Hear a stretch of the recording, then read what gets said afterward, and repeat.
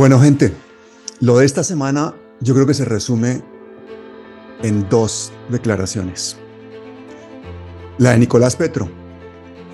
Ni mi papá ni el gerente de la campaña, Ricardo Roa, sabían de los dineros que recibimos Daisuris y yo de Santander López Sierra y de Gabriel Ilzaca.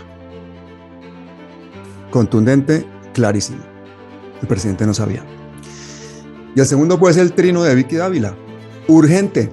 Nicolás Petro le dijo a la fiscalía que la campaña del presidente de su papá Gustavo Petro sí recibió dineros irregulares. Day Vázquez había declarado hace 2 días sobre lo mismo y Nicolás lo ratificó. Así que bienvenido, doctor Napoleón Botache, abogado, profesor universitario, especialista en Derecho Constitucional y fiscal delegado de la ciudad de Bogotá. Gracias, Pablo. Chamel, ¿cómo estás? Bien, muy bien, Pablo. Un saludo al profesor Napoleón. Empecemos mal. ¿Por qué esa mujer no está en la cárcel? Me refiero a esa Vicky Dávila. ¿Por qué en lugar de estar en semana ganándose un mínimo de 60 millones al mes, que es lo que cobra o más, y más lo que cobre por resultados, por qué se puede permitir un medio de comunicación llegar hasta esos extremos? Yo creo que hay dos factores. El primero, el factor es la calidad que dice ella tener de periodista, que indudablemente estoy de acuerdo contigo, no tiene una calidad de periodista. Y el segundo es el hecho de representar a poderosos, a sectores poderosos. Esas dos circunstancias la blindan de cualquier efecto en un proceso penal. Se ha excedido en lo que puede ser la función de un verdadero periodista, de la imparcialidad, de la objetividad, y por el contrario ha explorado campos que deberían tener una sanción. De hecho, escuchaba la entrevista que le hizo a Nicolás Petro y la manipulación que le hace de sus dichos, de su versión, es contundente, es clara, pero adicionalmente extrae aspectos de su mente consciente que se encuentra afectada por su relación con su padre, le ingresa a su mente y le extrae unos temas que lo martirizan a él y los manipula para tener audiencia. Entonces yo creo que ella definitivamente ha explorado campos que deben ser sancionados. Napoleón, ¿realmente era necesario ese show que montó la fiscalía de horas y horas de leer WhatsApps, de comentarios personales, de que si el tipo era un traqueto, una revista, cuando realmente lo que se estaba viendo era, o lo que se debería haber visto era el incremento injustificado del patrimonio de este señor? Pablo, sí, sin lugar a dudas, esto es un show mediático montado por la fiscalía a partir de unos intereses de poderosos con el ánimo de afectar al presidente de la República. Eso no tiene un soporte técnico lo que se hizo en este show. Además, la captura fue ilegal, ¿no? Esa captura es ilegal, esa captura no tiene un soporte constitucional, un soporte legal, es más concebida con ánimos extrapenales que verdaderamente administrar justicia. ¿Cuál es su evaluación del papel de Barbosa? De Barbosa no solo en este show mediático, sino como jefe de la fiscalía en esta clase de procedimientos. El papel del señor Barbosa es nefasto, es un papel dañino de querer causar daño, querer causar daño al presidente, pero además a la misma institución. La institución está perdiendo mucho valor, está perdiendo mucha credibilidad a partir de la actuación del señor Barbosa, en todos los casos y específicamente en este. Cualquier persona que nos esté escuchando dirá, pero igual Nicolás Petro ya confesó que cometió un delito. Sí, Nicolás Petro no solo se lo confesó al fiscal, sino que se lo confesó a Vicky Dávila. Yo vería problemas en esa, comillas, aparente confesión de Nicolás Petro. Recordemos que ya hemos visto cómo se coaccionan los testigos, cómo se presionan los testigos por parte de la fiscalía para que digan cosas que no corresponden. Recordemos que ya en una ocasión se le habían dicho, se habían presionado unos testigos para declarar en contra del caso del presidente. Es el caso de Alex Bernot, donde hace algunas denuncias desde que cuando estuvo detenido le decían que se iba a ir a la cárcel o si no que declarara en contra del presidente. Entonces son malas prácticas que se han venido construyendo en la fiscalía y que ponen y cuestionan lo que los testigos dicen. Creo yo que el único que nos podrá decir la verdad es el tiempo, no lo que pasa en este circo y en las malas prácticas que que la fiscalía realiza en contra de los testigos, como puede ser en este caso. Entonces no es muy creíble el tema. ¿El fiscal Burgos quebrantó las normas de una imputación normal o no? Totalmente, Pablo, totalmente. Lo que hizo el fiscal Burgos no se hace, no corresponde a la técnica de una imputación. La imputación es muy clara, la imputación dice cuáles son los pasos que se deben seguir. Lo que él ha hecho es la exhibición de una serie de elementos materiales probatorios, de pruebas, sin ninguna cohesión, sin ninguna claridad. Simplemente ha expuesto los elementos que pueden hacer daño al gobierno, a personas específicas, pero técnicamente eso no es una formulación de la imputación. Y una pregunta de curiosidad, ¿es normal que ellos estuviesen detenidos en la propia fiscalía, donde se les interrogaba además? Eso solo se ve en Colombia. Las personas detenidas deben estar al lado de sus abogados defensores en un espacio diverso donde ellos puedan estar en directa comunicación con ellos y no deban estar con su contraparte precisamente para evitar coacciones y presiones. Cuando están en la fiscalía no es neutro ni es imparcial. Pues que puede que alguien diga como es un error del fiscal Burgos, como que el fiscal Burgos quería protagonismo mediático y por eso cometió todos estos errores técnicos. Pero no sé si es posible o si dentro de la misma fiscalía se sabe que el fiscal Barbosa le, digamos, este procedimiento antitécnico para favorecer políticamente a la oposición al gobierno. Chamel, sin lugar a dudas, aquí no hay ningún error, aquí no hay ninguna falla. Aquí esto está técnicamente elaborado para utilizarlo como medio para desacreditar un gobierno. O sea, lo que se hizo calculado, incluso calculado el daño que le iba a causar al gobierno. Esto lo utiliza como complemento de esa estructura para causar daño a los medios de comunicación y lo explotan. Explotan lo que les sirve, lo que da a causa daño, pero lo técnico, lo de fondo, no se tiene en cuenta. Y allí es donde uno critica al juez por prestarse para este tipo de cosas. El juez debió haberle dicho, como nos lo dicen a nosotros en múltiples audiencias, señor fiscal, al punto, al grano, no se me vaya por las ramas, dígame lo concreto. Entonces creo que esto fue calculado para causar daño por parte precisamente del señor Barbosa. Pues sinceramente yo no creo que se les haya caído la vuelta porque una cosa es como la verdad judicial, que todavía falta tiempo para que pues para que salga a la luz, y otra es como la manipulación mediática. Y si uno se pone como a palpar las redes sociales, hoy hay mucha gente que está convencida que Gustavo Petro llegó al poder gracias a dineros del narcotráfico y dineros de las mafias. Entonces yo creo que el daño ya está hecho. Pero yo sí creo que vale la pena mencionar que si hay una diferencia entre cómo actuó el presidente frente a esto, frente a otros casos similares de hijos de presidentes involucrados en delitos. Pero al final, pues esto para usted, ¿qué demuestra? Finalmente la fiscalía está capturada por la oposición y las mafias en Colombia.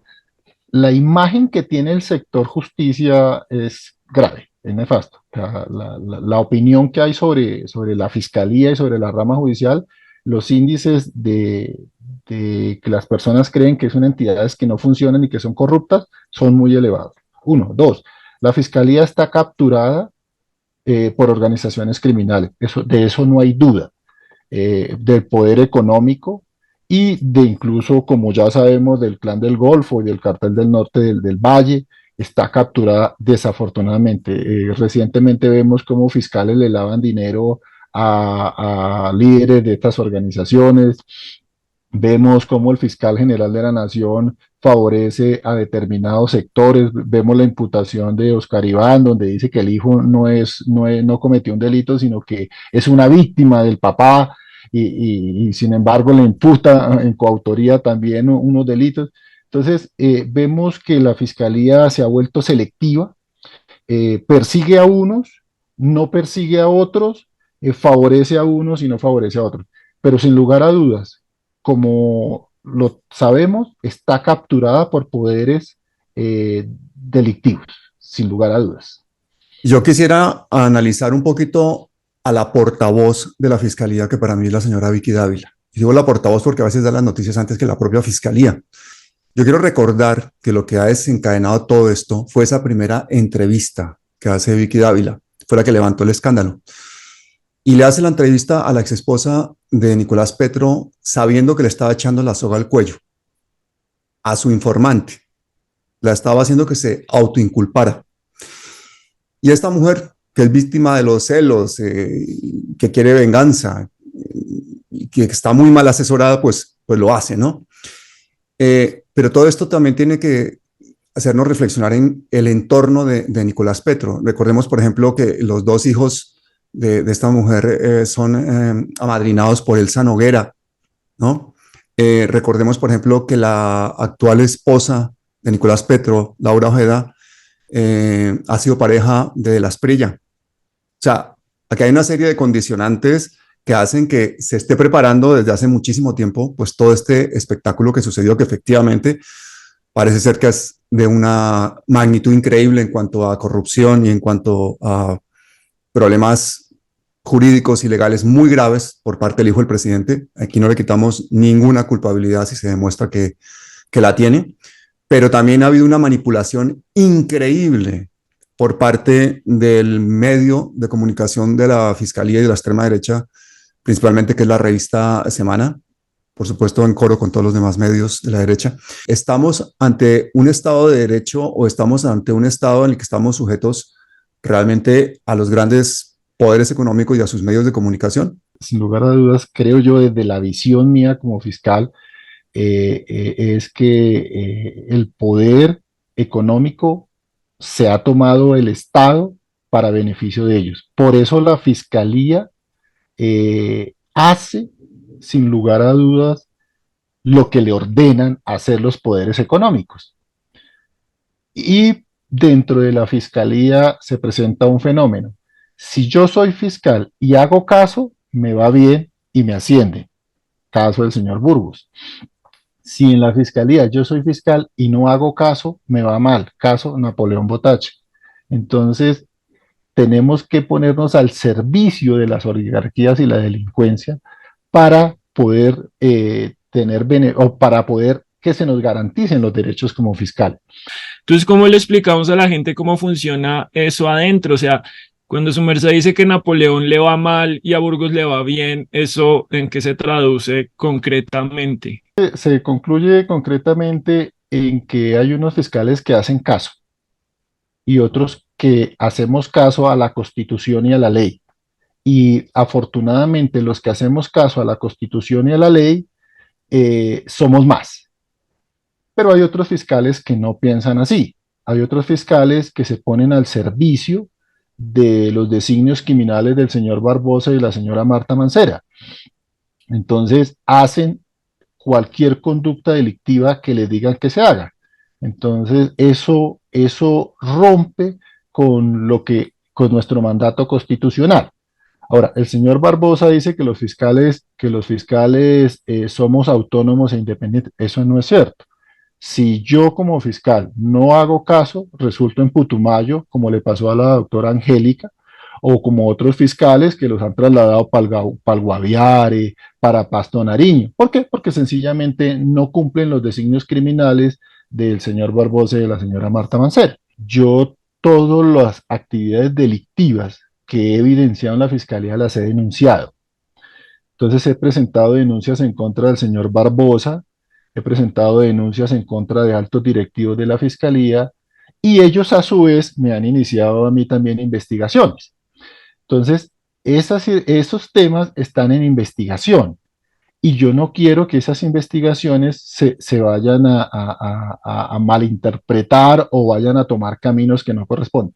Pero en este momento yo estoy siendo perseguido igualmente por parte del señor Barbosa por atreverme a investigar a personas de grandes emporios económicos y abogados litigantes de muy alto nivel que han ocupado puestos importantes en el Estado. Por atreverme a investigarlos, estoy siendo investigado y estoy siendo perseguido por el señor Barbosa y por la señora Marta Mancera. En estos días me llegó una información donde la señora Marta Mancera mandaba a una fiscal a que me jodiera en esos términos. A Botachi hay que joderlo. Entonces, pues yo no soy de tanto salir a medios, sino yo hago mis defensas jurídicas y por fortuna les he dado las peleas a nivel jurídico y creo que voy en buen camino porque las estoy ganando. Entonces, eso es lo que se ha presentado. Pero otros fiscales hacen caso y pues no tienen esos problemas. Por el contrario, los ascienden, les dan condecoraciones, les dan reconocimiento. Pero yo no, yo estoy atado y sujeto a la Constitución y a la ley y no voy a ceder en ningún designio criminal de nadie. Ahí viene mi siguiente pregunta. O sea, la gente que nos está escuchando puede decir, pero si Napoleón no hace caso, ¿por qué no lo han echado? ¿Sí? ¿Cómo funciona eso allá adentro? O sea, ¿qué es lo que permite que continúe en la fiscalía como puede que pase con otros? ¿En qué momento, hasta eso qué límites tiene? ¿Hasta dónde puede resistir allá adentro? Chamel, gracias por esa pregunta porque No, yo y si soy te, si te echan es por culpa de Chamel. No, no, a mí no me pueden echar. ¿Por qué razón? Porque yo soy fiscal de carrera.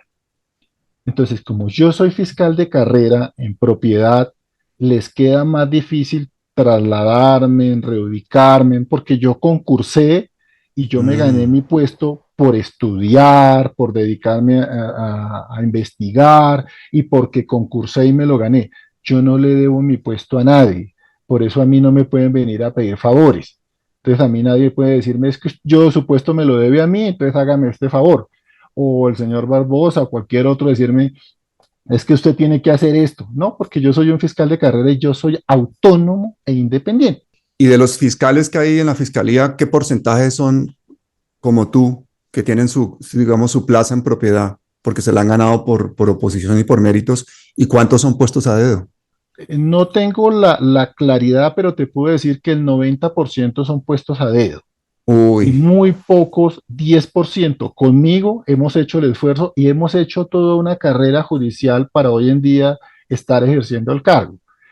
Pero como estamos en esta posición, entonces buscan otros medios para sacarnos. Entonces quieren darnos malas calificaciones, continuas reubicaciones, nos quitan el asistente, nos quitan el policía judicial.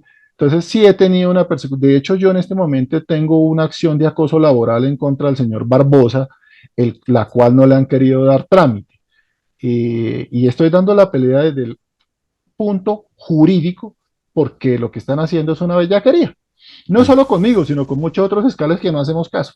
Sí, yo sí le quería preguntar a Napoleón, esto personalmente, ¿qué costos ha tenido para usted? Sí, porque al final no le podemos exigir a todos los fiscales que sean unos héroes y que se sacrifiquen por el servicio público, porque sí, ¿qué costos ha tenido para usted en lo personal y en lo familiar? Duro, me ha tocado duro. Mira, han intentado capturarme. El señor Jaime, el fiscal delegado ante la Corte y Barbosa, trataron de hacerme un montaje para capturarme. No pudieron porque yo llegué a investigar a un gran personaje respaldado por el FBI. Entonces, si no es por el FBI, me capturan con un montaje. Desafortunadamente no lo pudieron hacer. Y el acoso laboral ha sido brutal. Brutal, brutal. Es que me quitaron las herramientas ofimáticas para trabajar, me quitaron el asistente, me quitaron el policía y me dieron 200 expedientes tamaño familiar. O sea, como quien dice, cansémoslos por acá. Entonces ha sido difícil la persecución laboral. Sin embargo, todas las vías judiciales se las he ganado con tutelas, lo tengo denunciado en la comisión de acusaciones, los jueces me han apoyado frente a las tutelas que he presentado y ahí voy con ellos, voy ganando, pero ha sido difícil y en ocasiones uno dice, "Ah, esta pelea no vale la pena darla", y se desanima uno, pero pues siempre hay una vocecita por dentro que le dice a uno, "Pues, ánimo, para adelante, siga que esto algún día tendrá que finalizar". Entonces, ahí nos mantenemos en la lucha. Una persona del público que dice, bueno, ¿y por qué Barbosa no ha mandado detener a Char, a Carmen Abudinem, a su amigo Luigi Echeverry, a los 17 empresarios del escándalo de Ecopetrol, al hermano de Uribe, al esposo de Marta Lucía Ramírez, a la mamá de Duque, al exgeneral Zapateiro después de las graves denuncias del narcochofer de la UNP, a los paramilitares y al ejército que hicieron las masacres del Aro y la granja para construir Hidroituango? ¿Por qué el fiscal no ha mandado detener a toda esta gente? Y va y detiene al hijo de Petro de esta forma y monta ese show. Sí, Pablo, hay una respuesta técnica y hay una respuesta de opinión. La técnica es que se están violando todos los protocolos en el caso de Nicolás Petro. Mire, la norma dice que los fiscales deben atender los casos en el orden que van llegando. Caso 1, caso 2, caso 3, caso 4, caso 5. El caso Char y todos los descasos son en el caso 1, 2 y 3. El caso de Petro es el 10, pero atienden el 10 y olvidan las 9 anteriores. Entonces se están violando hasta la norma, porque la norma es muy clara y nos dice, señores fiscales, ustedes deben atender los casos en el orden que llega. No se pueden saltar los casos. O sea, a mí me llega el caso 10 y yo no puedo atender el caso 10 sin haber atendido el 1. Entonces, lo correcto es que primero hubieran desolucionado el caso Char, el caso del esposo de la ex vicepresidenta, que hubieran atendido todos esos casos, y por último el de Petro. Aquí le dieron la vuelta a la cosa y atendieron al de Petro y los otros los dejan quietos. Desde ese punto de vista ya hay una violación a la ley. Y desde el punto de vista de opinión es porque el señor Barbosa y la señora Marta Mancera pertenecen a esos clanes y a esas organizaciones. Entonces ellos nunca van a hacer nada para que esto termine, para que esto finalice. Ahí viene mi pregunta. Si los fiscales que hacen caso para hacer caso tienen que saltarse la norma, ¿ahí quién los controla? Que el sistema judicial está capturado, definitivamente está capturado por estos poderes. Entonces, quien investiga a los fiscales es la Comisión de Disciplina Judicial y pues eso es un órgano que se ha tratado de hacer un esfuerzo por sacarlo adelante, pero lo veo muy bloqueado.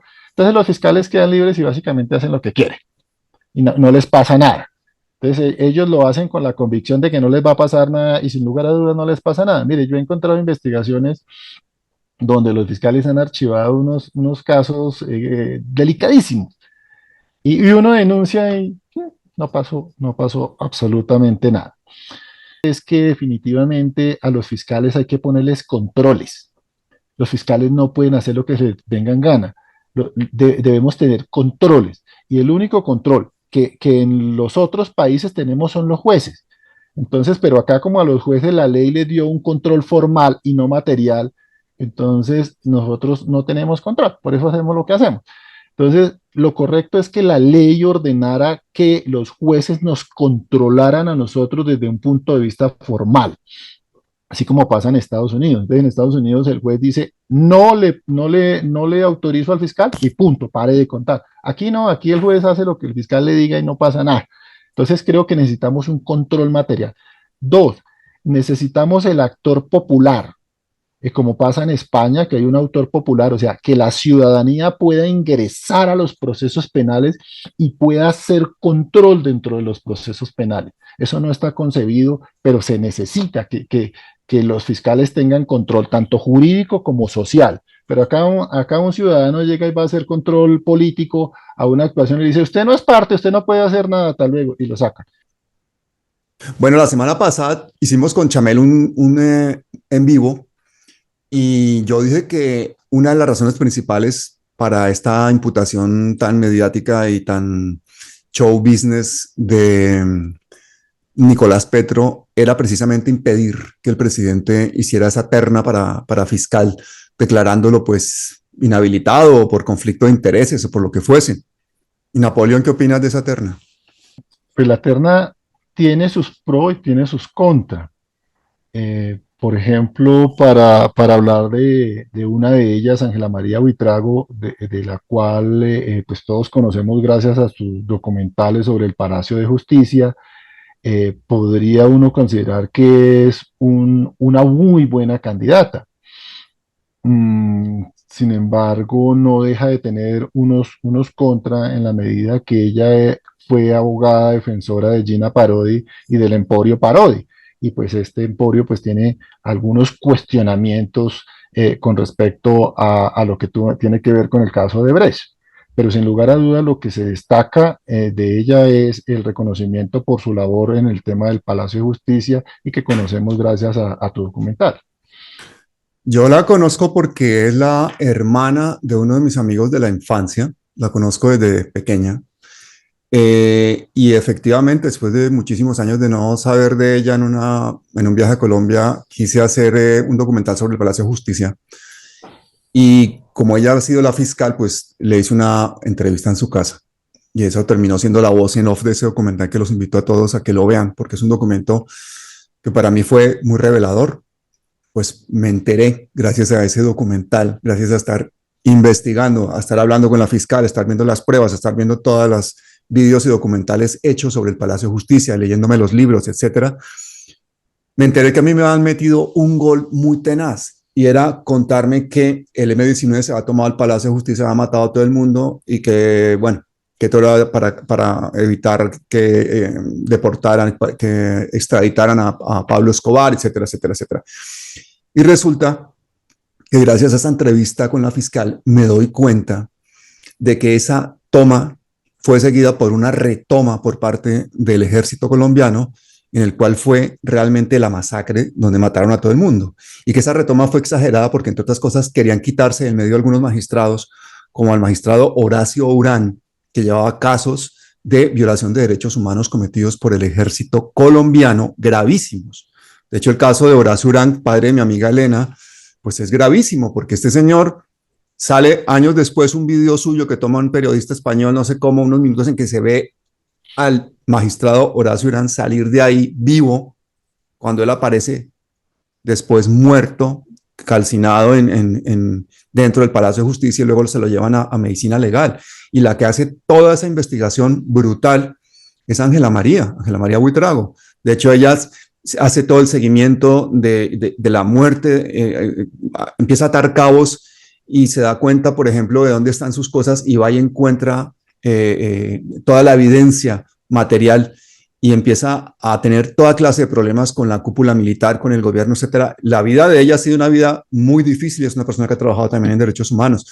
No sé mucho de su parte como abogada litigante o en los casos que haya llevado, etcétera. Pero para eso estamos aquí, ¿no? ¿Tú conoces algo de las ternadas o de Ángela María Buitrago en concreto? La terna ya está presentada y están tres mujeres, Ángela María Buitrago, Amelia Pérez y Amparo Cerón. Pues Ángela María Buitrago, todos la conocemos ya como vimos por su labor en el Palacio de Justicia como fiscal del caso, que fue brillante. Los contra es que representó judicialmente a un clan corrupto o que ha tenido algunos problemas de corrupción, sobre todo en el tema de Odebrecht. Y recordemos que el presidente dijo que el fiscal que fuera a poner iba a esclarecer Odebrecht.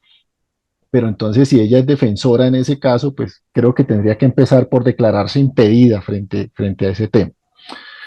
En el caso de Amparo Cerón, pues una fiscal muy recordada porque fue de los fiscales que hacen caso. Recordemos que este doctor Luis Moreno, que fue el jefe anticorrupción, dijo que Néstor Humberto Martínez le había dicho que había que buscar fiscales que hicieran caso y que él refiere que uno de los fiscales que hacen caso era Amparo Cerón.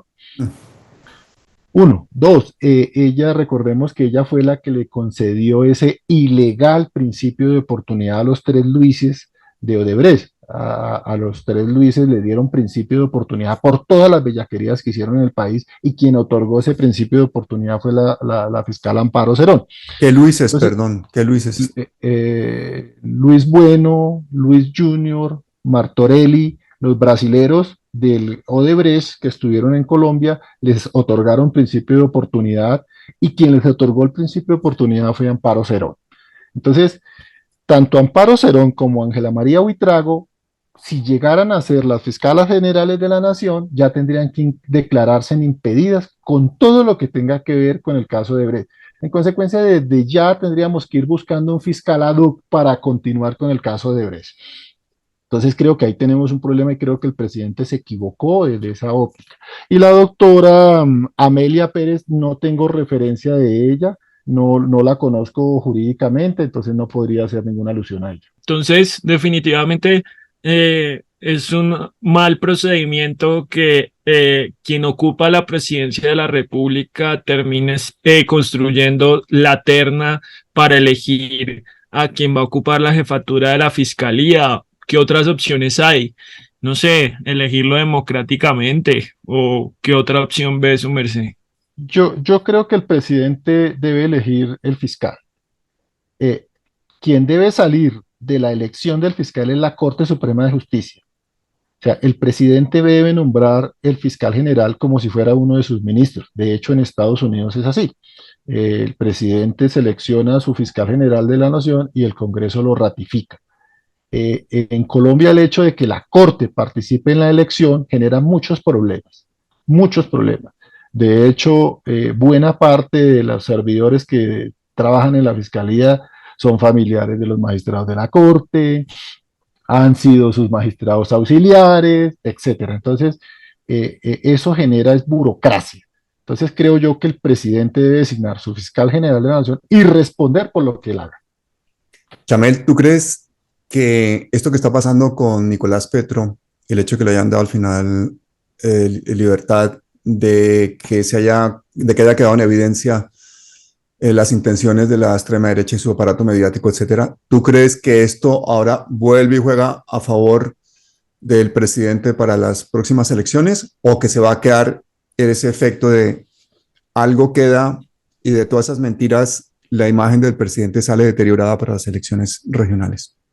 Ayer hablaba con unos amigos y comentábamos más o menos que debe ser una posición muy difícil para el presidente Petro, como disociarse de su papel de padre y de su papel de presidente, y de alguna manera no lo hace, como que en sus manifestaciones públicas está diciendo: esta situación me duele un montón, pero pues como presidente no voy a intervenir en absolutamente ninguna de las funciones ni ningún procedimiento de la fiscalía.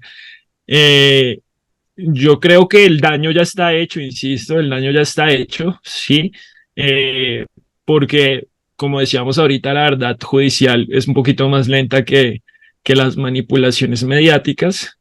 Pero yo creería también otra cosa, y es que pues al final apenas llevamos un año, y a mí me parece que después de un año, otra cosa que se ha demostrado es que si tuvieran el mínimo indicio de que Gustavo Petro es un criminal, un corrupto o lo que sea, ya lo hubieran sacado a la luz, porque ya está demostrado que esas mismas fuerzas oscuras que tienen capturada la fiscalía lo tienen chuzado hace rato, han venido persiguiéndolo prácticamente desde la campaña.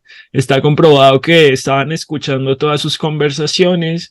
Entonces, si tuvieran el más mínimo indicio de que Petro pues no es un líder, pues que de verdad está como volcado al servicio del público y de la nación, ya se lo hubieran filtrado a Vicky Dávila. No, ya No habría salido Vicky Dávila con un tatuaje en el pecho mostrando la noticia. Eso estoy seguro. Y yo también creo que si no han sido capaces de encontrar nada contra el presidente hasta ahora, recordemos que todos los casos en los que ha estado Petro ha salido absuelto uno tras otro. Es una de las personas más observadas que pueda haber en este momento en el mundo, sin exagerar. y no le han encontrado absolutamente nada. Entonces yo creo que Petro de esto sale reforzado. Yo soy un poco más optimista que tú. Yo creo que esto le va a dar la vuelta a las elecciones regionales. La gente cada vez es más consciente de esta manipulación mediática, este circo que ha montado incluso la propia fiscalía precisamente para hacer daño. Entonces la gente ya no come cuento. La diferencia entre lo que ha pasado ahora, por ejemplo, y lo que pasó en la época del proceso 8000 con Samper, son las redes sociales. En esa época no había internet, teníamos que comer cuento y además Samper tenía la mayoría del Congreso. Pero hoy estamos en otra situación. Tenemos una guerra en la que los ciudadanos también somos parte, los medios alternativos, las personas con sus redes sociales. Todos nos hemos dado cuenta de que han intentado manipularnos y de que siguen intentando manipularnos y que los dueños del balón son los dueños de los medios de comunicación. Ese es el gran valor de que estén ustedes hoy aquí debatiendo esas cosas. Entonces yo quisiera preguntarte, Napoleón, ¿tú crees que esta guerra mediática, judicial, de todo tipo, va a jugar a favor del presidente en las regionales o no? Las bases definitivamente adoran al presidente, las bases. Es decir, el campesino que no ve televisión, que no le llega señal, el que le llega el subsidio, el que le llega la carretera, ellos están. Hay otro sector, hay otra capa que escuchan noticias y están divididos. Y hay otro sector que definitivamente está sesgado en contra del presidente. Entonces yo creo que la mayoría de los ciudadanos están con el presidente y yo creo que va a salir fortalecido. Todos estos ataques lo que han hecho es fortalecerlo y lo fortalecerán. Y lo que decía Chamel, si el presidente hubiera cometido un delito ya le hubiera pasado lo que le pasó al del Perú. Entonces el presidente es una persona seria y honesta y así lo vemos los colombianos definitivamente. Lo que quedaría clarísimo es a esa gente que confía en la honorabilidad del presidente, que no es suficiente con que se confíe, sino con que aquí todos los que nos están escuchando deberían actuar de manera un poquito más activa frente a esto. O sea, en el espacio en el que esté, si está escuchando, no, es que todos son iguales, y Petro también llegó a la presidencia con dineros sucios, no se puede confiar en nadie. Pues a ver, usted si ya escuchó lo que hemos venido hablando acá, puede desmentir eso y explicarlo muchísimo mejor, porque al final algo de lo que yo también estoy convencido es que no lo puede hacer solo. O sea, el presidente tampoco es un superhéroe o un monarca absoluto, necesita del acompañamiento de la ciudadanía activa y consciente para que los cambios se materialicen. Si no, pues el hombre también lo ha repetido 1000 veces, yo voy hasta donde la ciudadanía me acompañe. Si no me siento acompañado, no voy a poder ir más allá de eso. Tú que eres un fiscal al cual le han perseguido, un fiscal de carrera que no pueden echar de ahí, pero que está dando la pelea, y que desde el interior de la fiscalía te has atrevido a venir a Palabras Mayores a contarnos tu opinión. ¿Qué mensaje le mandarías al presidente? Me gustaría hacer referencia a una frase del Quijote, pero es muy extensa. Pero yo creo que el tiempo le va a dar la razón, señor presidente. El tiempo le va a dar la razón de lo que usted está haciendo es lo correcto, que usted va por el buen camino, que lo que está pasando con su hijo y con él, todos estos ataques son producto de sus rivales y de sus potenciales enemigos. Entonces, el tiempo le va a dar la razón y le va a decir que lo que está haciendo por su pueblo es lo que se debe hacer. Cuéntanos esa frase del Quijote. Dice el Quijote, como no estás acostumbrado a las cosas difíciles de la vida, cualquier cosa que tenga algo de dificultad te parece imposible. Confía en el tiempo que sabe dar dulces respuestas a amargas situaciones.